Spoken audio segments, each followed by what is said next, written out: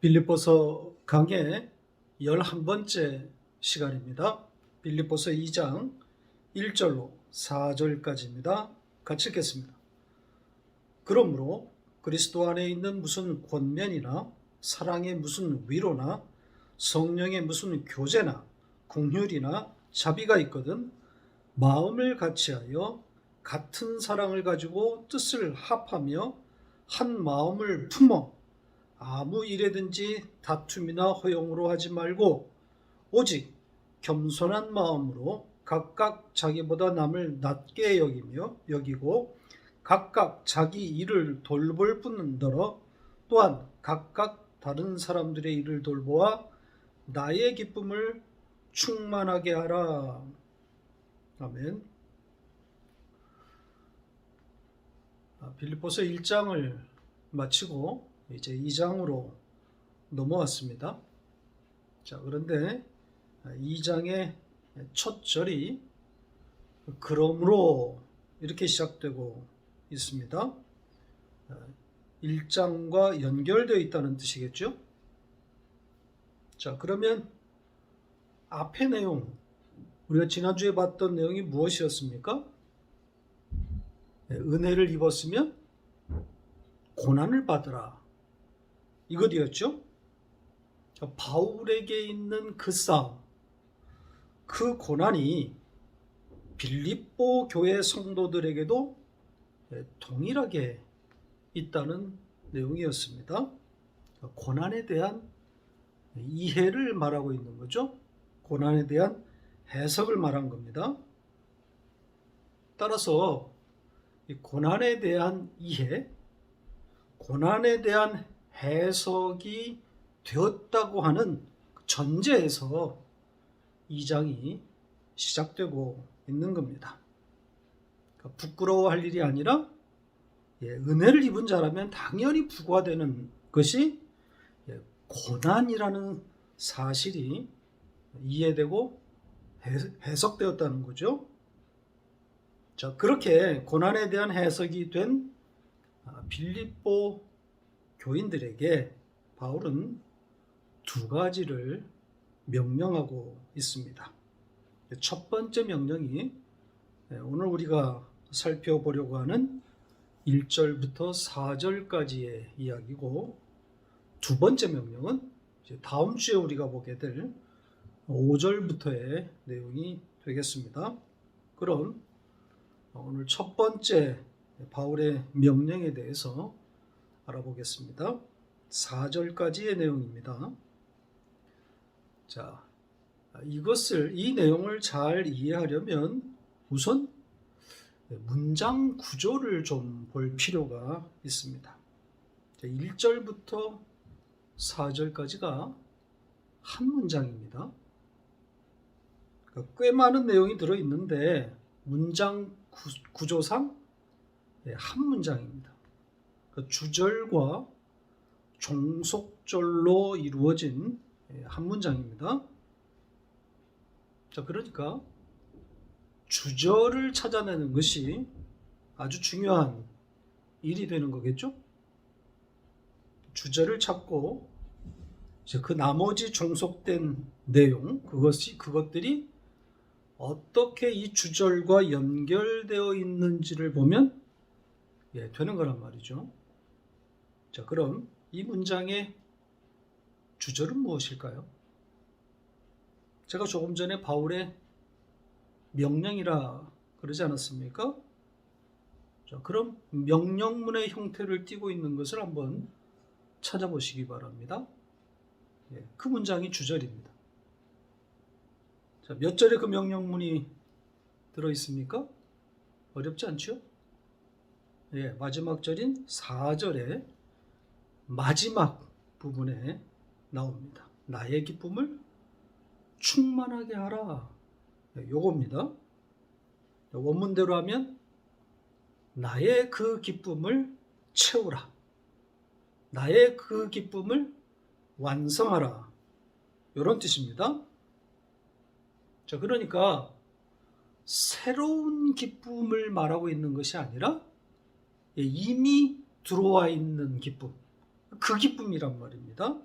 이미 그들 안에 있는 그 기쁨, 바울 안에 있는 그 기쁨을 말하고 있는 겁니다.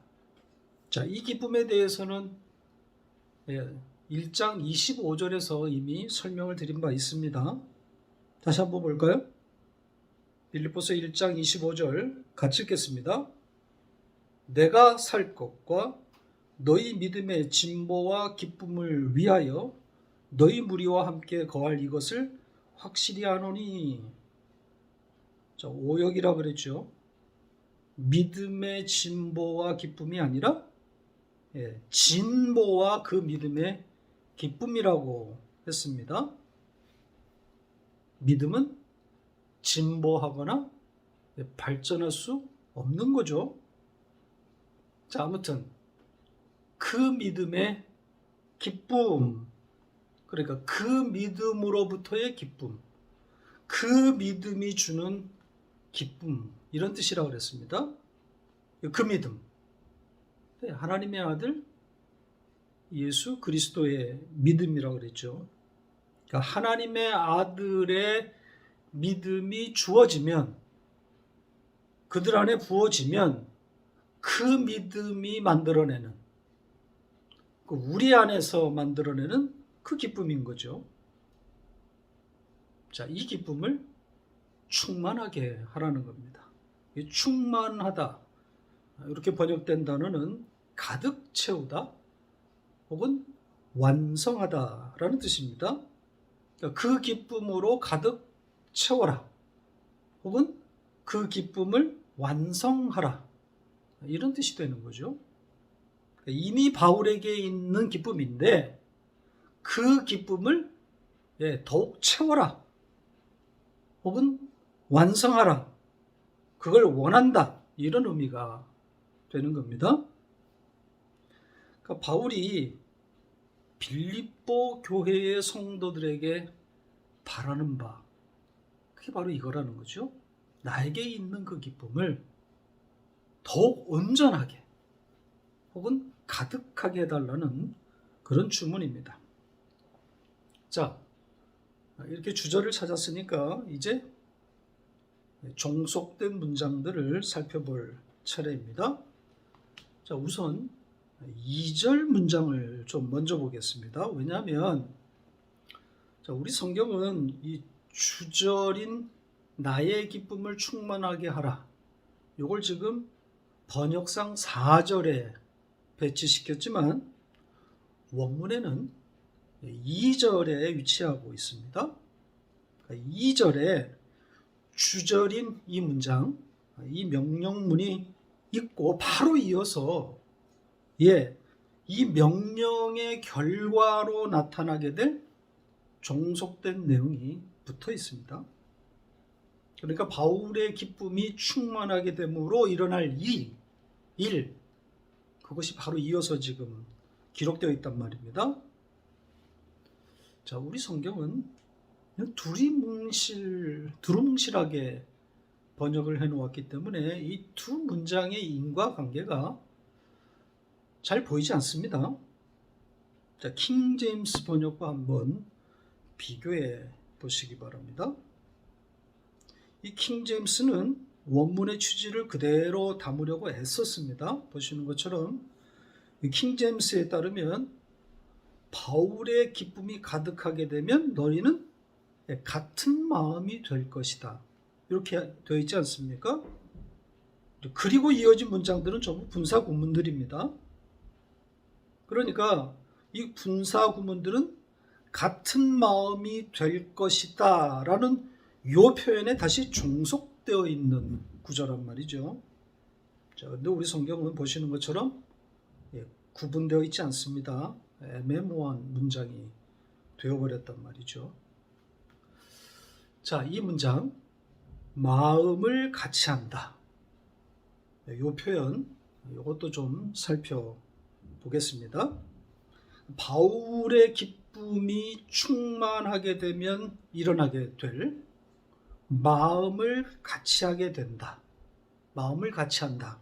자, 이렇게 되어 있는데 이 마음을 같이 한다고 표현된 이 문장, 이걸 원문과 한번 비교해 보시기 바랍니다. 원문에는 이렇게 되어 있습니다. 자, 여기에 등장하고 있는 동사가 다음 주에도 우리가 만나게 될 동사인데요. 생각하다, 이해하다 이런 뜻을 가진 동사입니다. 자, 우리 성경과 또 킹제임스 성경조차도 의역을 해서 그냥 같은 마음을 갖는 것이다. 자, 이렇게 해 놓았는데 이 원문의 뜻을 정확히 반영하지 못했습니다. 자, 원문에는 바로 그것 이렇게 되어 있습니다. 그것을 생각하다. 따라서 요 그것을 찾아내는 것이 관건이란 말이죠. 그것이 뭐겠습니까? 그것을 생각하다. 자, 여기서의 그것은 바로 앞문장 그 주절에 들어가 있는 바울의 기쁨, 그 기쁨을 받고 있는 말입니다. 그 기쁨을 생각하라요.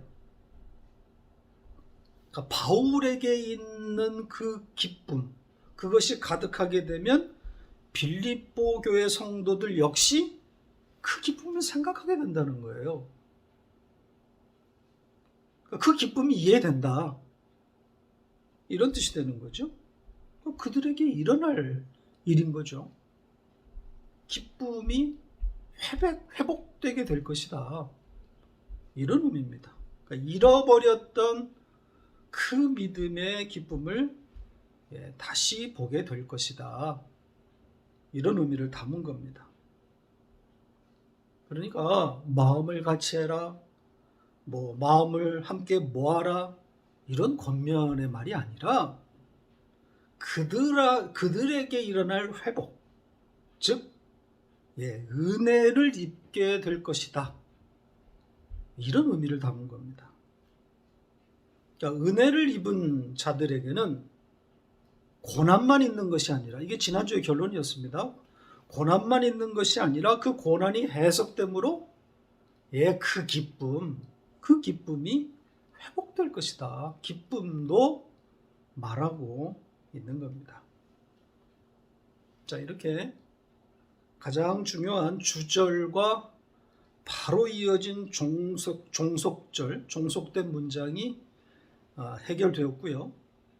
다음은 이제 조금 전에 말씀드린 대로 이 종속된 문장에 다시 분사 구문으로 연결되어 있는 내용들을 살펴보도록 하겠습니다. 그러니까 마음을 같이 하다, 그러니까 이 기쁨을 생각하다. 자, 이 문장에 걸려 있는 종속된 분사 구문 문장이 자그마치 5개가 나옵니다. 이 5개를 우리가 살펴볼 건데요. 먼저 이 5개의 분사 구문의 뜻을 살펴보고 난 후에 이 분사 구문 문장들이 이 마음을 같이 한다. 요것과 어떻게 연결되어 있는지를 설명드리도록 하겠습니다. 첫 번째 분사 구문은 같은 사랑을 가지고입니다. 원문대로 하면 바로 그 사랑, 그 아가페를 가지고 있다. 이런 겁니다. 시제는 현재형을 썼습니다. 그러니까 지금 그 사랑을 가지고 있는 상태, 그 아가페를 가지고 있는 상태, 이렇게 되는 거죠. 아가페의 사랑이니까 우리에게 있는, 우리로부터 나오는 그게 아니라 우리를 찾아온, 우리에게 주어진 그 사랑을 말하고 있는 겁니다.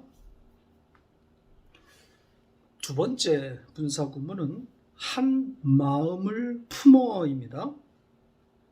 원문대로 하면 그 하나, 그 같은 호흡, 혹은 그 영, 그것을 생각하다입니다. 한 마음을 품어, 이것은 그 영을 생각하다. 여기 쓰인 동사도 조금 전에 소개했던 바로 생각하다. 다음 주에도 우리가 좀 더 세밀하게 살펴볼 바로 그 동사입니다. 그러니까 같은 영을 생각하다. 그 영을 이해하다. 이런 뜻입니다. 세 번째 분사 구문은 남을 자기보다 낮게 여기고입니다. 자, 원문을 직역했는데 한번 비교해 보시기 바랍니다. 자, 여기서는 이 동사가 수동태로 사용됐습니다. 그러니까 외부의 힘, 즉 성령에 의해서 만들어져 가고 있는 상태. 요걸 지금 담아놓은 거죠. 그러니까 자기의 못남, 나의 못남, 자기의 연약함을 보게 되므로 강제로, 외부의 힘에 의해서 강제로 낮아짐을 당하고 있는 것을 말하는 겁니다. 그러니까 지금 우리에게 일어나고 있는 성령의 일하심을 담고 있는 거란 말이죠. 자, 네 번째 동사 구문은 우리 성경에 반영되지 않았는데 세 번째 내용과 거의 비슷하기 때문에 따로 떼서 번역하지 않은 것 같습니다. 두 개의 단어로 구성된 표현인데요. 자기 자신을 높이다입니다. 자기를 들어 올리다, 높이 받든다는 겁니다. 따라서 문맥으로 볼 때 이것은 이 세 번째, 앞에 나온 그 세 번째 내용에 다시 종속된 것으로 보입니다.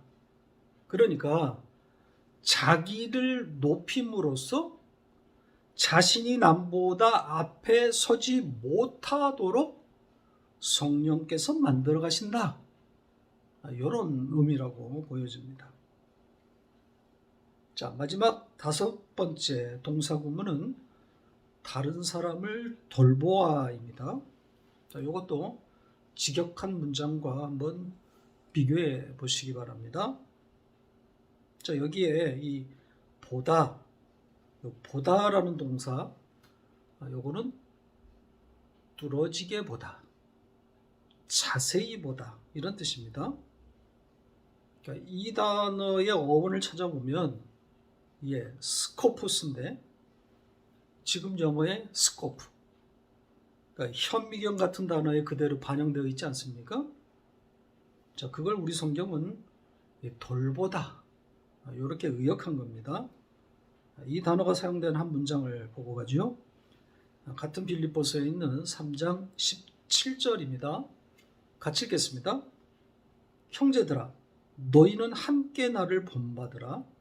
그리고 너희가 우리를 본받은 것처럼 그와 같이 행하는 자들을 눈여겨보라.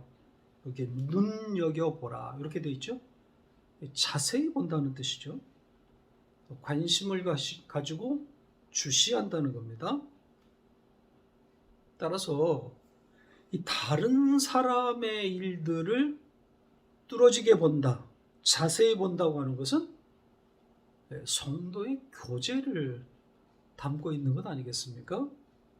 서로에 대한 관심과 그리고 그 복음에 대한 나눔, 공유를 말하고 있는 겁니다. 자, 이렇게 5개의 이 동사가 이끌고 있는 분사구문, 자, 이것들이 마음을 같이 하다, 그것을 생각하다, 요 문장과 연결되어 있는데 종속되어 있단 말이죠. 그렇다면 어떤 방식으로 종속된 걸까요?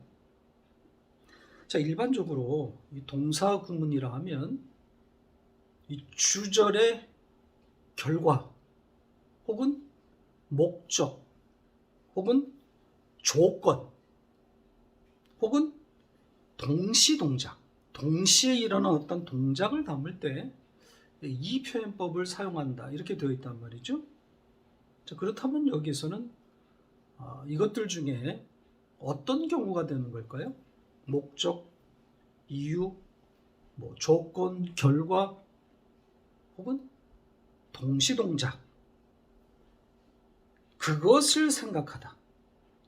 이것과 조금 전에 열거한 이 다섯 개의 내용들이 어떤 관계로 연결되어 있을까요? 제가 볼 때는 내용으로 봐 동시동작으로 보는 것이 맞을 것 같습니다. 그러니까 그것을 생각하다, 마음을 같이 하다, 그것을 생각하다의 구체적인 양상으로 보는 것이 타당합니다. 자연스럽습니다. 그러니까 그 기쁨, 그 믿음으로부터 오는 기쁨을 생각하는, 이게 그것이라고 그랬죠. 그것을 생각하는 자들에게서 나오는, 혹은 그들에게 있는 여러 모습들을 담았다고 할 수 있습니다. 역시 회복의 모습을 담고 있는 거죠. 그러니까 그들에게 일어날, 성령께서 그들에게서 행하실 일, 그 회복을 말하고 있는 겁니다. 자, 이 정도 하고요. 남은 한 문장을 살펴보도록 하겠습니다.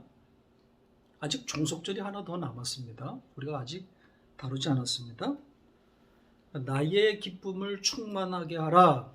자, 이 주절에 또 종속된 한 문장이 남아 있습니다.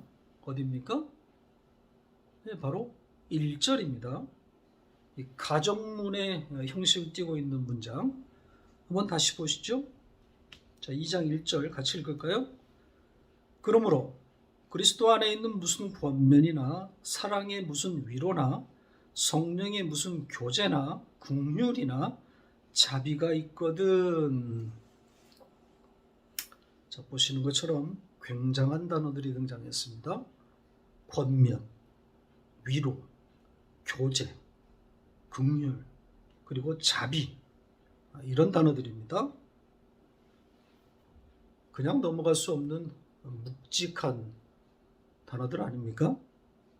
자, 우선 여기서 지금 등장한 이 단어들, 이 표현들부터 좀 그 뜻을 알아보고 그 후에 주절과 이 종속된 문장이 어떻게 연결되어 있는지를 설명드리겠습니다. 자, 이 1절을 자세히 보면 4개의 가정문으로 나누어져 있습니다. 자, 우리 성경은 1절을 그냥 하나의 가정문으로 묶어 놓았지만 원문은 4개의 가정문이 열거되어 있습니다. 그리고 이 4개의 가정문 모두는 동사가 생략되어 있습니다. 따라서 독자는 문맥에 따라서 적절한 동사를 대입해야 합니다. 지난번에도 말씀드린 것 같은데 이렇게 동사가 생략되어 있을 때에는 일반적으로 영어의 비동사 같은 거기에 해당하는 단어를 넣어서 해석하게 됩니다. 대부분은 그렇게 해석하면 잘 풀립니다. 오늘 본문도 그렇게 하면 무리가 없습니다. 따라서 이 4개의 가정문을 다시 열거해 보면 이렇습니다. 그리스도 안에 무슨 권면이 있다면, 사랑에 무슨 위로가 있다면, 성령에 무슨 교제가 있다면, 긍휼이 있다면, 자비가 있다면, 이렇게 됩니다. 자, 이제 이 문장들을 차례로 살펴보도록 하겠습니다. 첫 번째가 그리스도 안에 무슨 권면이나, 이겁니다. 여기 이 권면으로 번역된 단어, 좀 눈에 띄는 단어인데요. 파라와 클레오의 합성어입니다. 그러니까 옆에서 부르다, 이런 뜻이 되는 거죠. 자, 여기에서 이 보혜사라는 말이 왔습니다. 요한복음 14장 26절을 볼까요? 같이 읽겠습니다. 보혜사 곧 아버지께서 내 이름으로 보내실 성령 그가 너희에게 모든 것을 가르치고 내가 너희에게 말한 모든 것을 생각나게 하리라. 성령을 지금 보혜사라고 하지 않습니까? 옆에서 불렀다, 옆에서 말한다, 이런 뜻입니다. 자, 이런 뜻인데 그걸 우리 성경은 권면으로 받은 겁니다. 킹 제임스에서는 consolidation, 위로, 위안, 이렇게 번역했습니다. 자, 두 번째 표현, 사랑의 무슨 위로나입니다. 사랑의 무슨 위로. 여기에 사랑은 당연히 아가페입니다. 그리고 이 위로로 번역된 단어 역시 합성어인데 옆에서 말하다입니다. 그러니까 앞에 나왔던 그 권면으로 번역된 단어와 크게 다르지 않은 거죠. 사랑으로부터 나오는 그 아가페로부터 나오는 말, 사랑의 위로니까요. 아가페로부터 나오는 말, 그걸 우리 성경은 이제 위로라는 단어를 선택한 거고요. 킹 제임스에서도 comfort, 역시 편안함, 위로, 이렇게 번역했습니다. 자, 세 번째 표현은 성령의 무슨 교제나입니다. 성령의 교제, 성령의 코이노니아입니다. 그러니까 성령으로부터 나오는, 성령에게서 나오는 교제, 코이노니아인 거죠. 성령이 주체가 되는 성도들의 나눔, 공유입니다. 그리고 네 번째 표현은 국률이나 이렇게 되어 있습니다.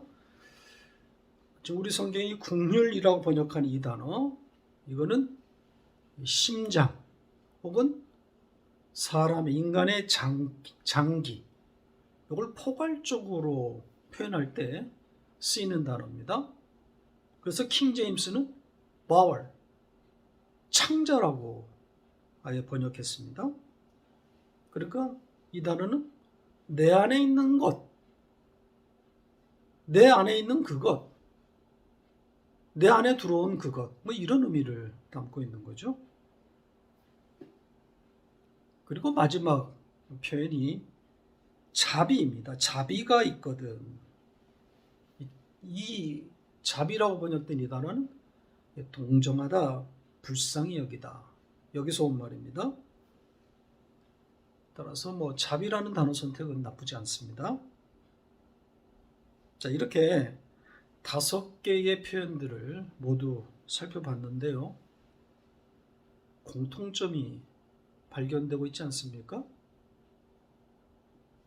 지금 전부 인간에게서 출발하는 것들이 아니라 하나님으로부터 나오는 것들이란 말이죠. 그리스도 안에 권면, 위로라 그랬죠. 사랑의 위로, 사랑의 아가페의 위로, 성령의 교제, 성령으로부터 나오는 거이노니아, 긍휼과 자비, 모두 하나님의 속성 아닙니까? 그러니까 본질적으로 인간에게서 나올 수 없는 것들이란 말이죠.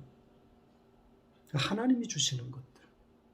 그래서 우리 안에 찾아온 것들, 우리 안에 부어진 것들이란 말이죠.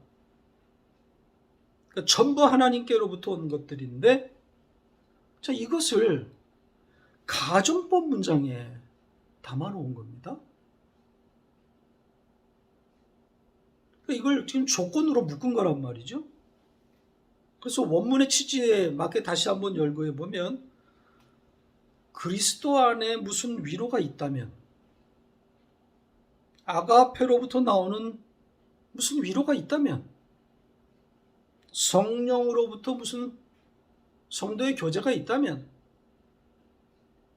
긍휼, 즉 신장이 있다면, 무슨 자비가 있다면, 이런 겁니다. 그러니까 전부 지금 하나님으로부터 나오는 것들이기 때문에 이 가정법, 가정문, 조건문이 성립될 수가 없는 성질들이란 말이죠. 이 온전한 것들 아닙니까? 그러니까 조건문에 담을 수 없는 것들인데 그것을 가정했다고 하는 것은 어떤 의미를 담은 거겠어요? 역설이란 말이죠. 강조인 거잖아요. 일어날 수 없는 일이란 말입니다. 그러니까 너희 안에 이것들이 있지 않느냐? 하나님이 너희 안에 시작하신 일들이 이것 아니냐? 이것들을 봐라. 이것들을 생각하라. 이런 의미가 담겨 있는 겁니다.